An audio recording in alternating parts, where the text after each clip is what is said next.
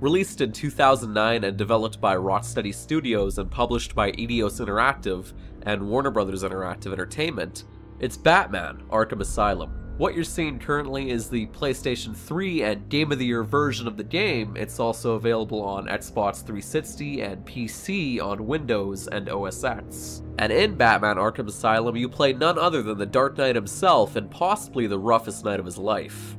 After capturing the Joker, who seemingly gave up far too easy, and bringing him to Arkham Asylum, shit hits the fan and the Joker gets loose and seems to have had this planned out from the start. So now it's up to you, the world's greatest detective, the fear of criminals everywhere, the Dark Knight, the Batman, to capture the Joker and put a stop to whatever scheme he's cooking. And trust me, it's a great one. But I'll keep this review spoiler-free.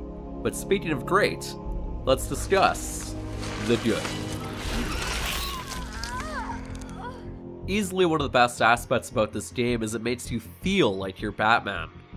Everything from the fluid combat and walking into a room full of goons and knocking their teeth out one goon at a time, to the gadgets that you can use around the environments, to stealthily taking out enemies from atop of gargoyles, to the atmosphere of the game, this truly feels like you're playing as the Dark Knight himself, and this game, and the developers for that matter, deserve to be commended for that. Considering this is a game based on a massive franchise such as Batman, I originally didn't have high expectations considering the history of video game tie-ins with large comic properties at the time, but what expectations I did have were easily met with this game. The gameplay overall is a mix of combat beat-em-up to exploring and solving puzzles around Arkham, which allows you to become the world's greatest detective via detective mode, which allows Batman to see through walls, detect enemies and if they're armed or not, and also scan the environment for clues. And trust me, you'll be using this a lot, so I hope you like the color blue. All while being able to move between and explore different areas similar to a Metroidvania style of game, to stealth sections where you have to clear a room of armed goons without being noticed and picking them off one by one while they panic, which by the way never got old, and all of this just works and blends perfectly. The game also features these amazing scarecrow sections that act as a sort of boss of sorts, where you're put on a side-scrolling camera angle, and you then have to dodge Scarecrow's line of sight, all while also fighting off skeletons he can summon in between all of this, and it's easily one of the most standout sections of the game, and some of the best moments in the story.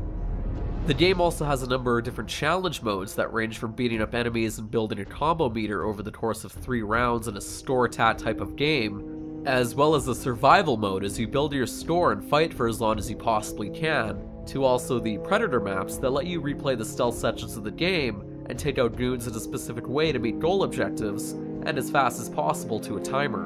But easily the best part of the challenge mode is the PlayStation 3 exclusive feature that lets you play as the Joker for all these challenges. Seriously, that walking animation is the greatest. And instead of goons, you're fighting or silently taking down Arkham security guards or even Jim Gordon himself. He also has a bunch of unique gadgets like his remote control teeth-chattering bombs, and it's just extremely fun to play as.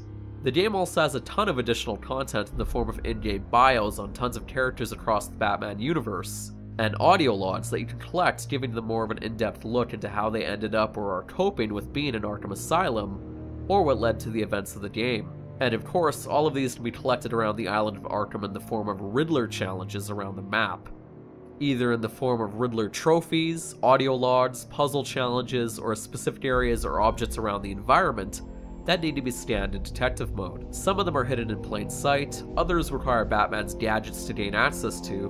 With over 200 of them in total, if you're a completionist like me, expect to be kept very busy by these. But not everything is perfect, so now let's discuss the bad.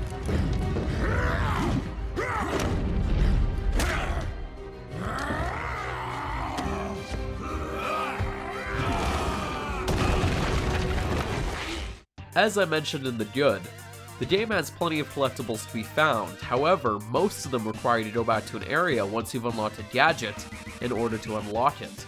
So expect to do a lot of backtracking and returning to previous areas if you intend to 100% the game. Personally, this didn't bother me too much, but I can see this being frustrating for some people.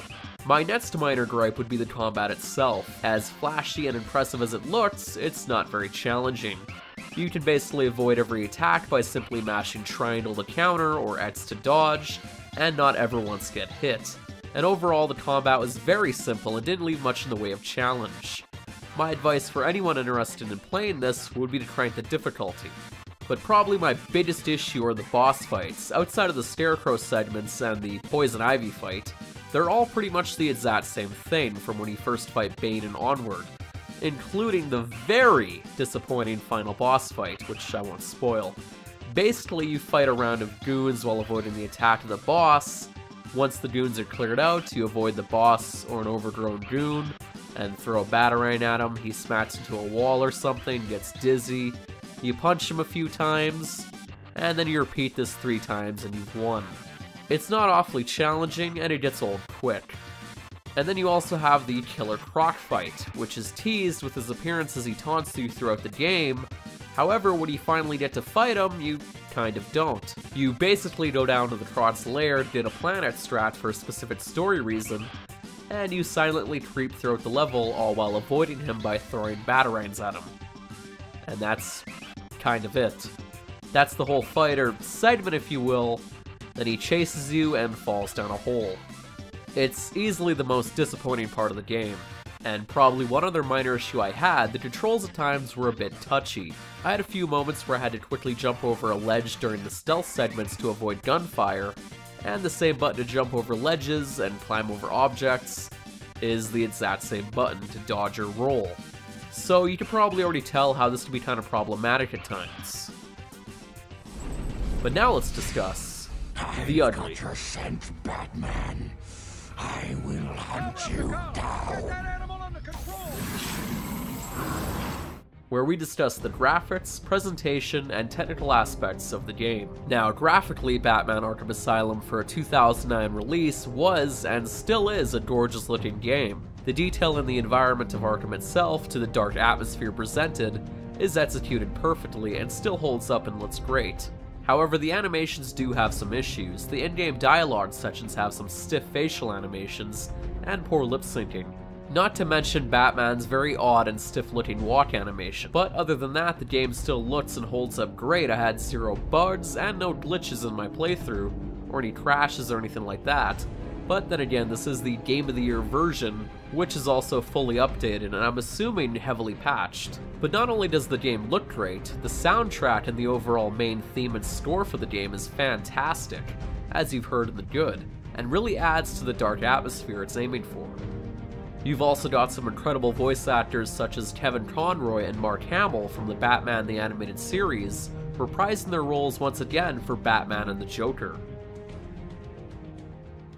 Overall, this is easily one of, if not the best Batman game I've played in recent memory, and keep in mind I've yet to play the rest of the Arkham series, but now I'm definitely looking forward to reviewing the rest of the series, including the latest Arkham Knight on the PlayStation 4.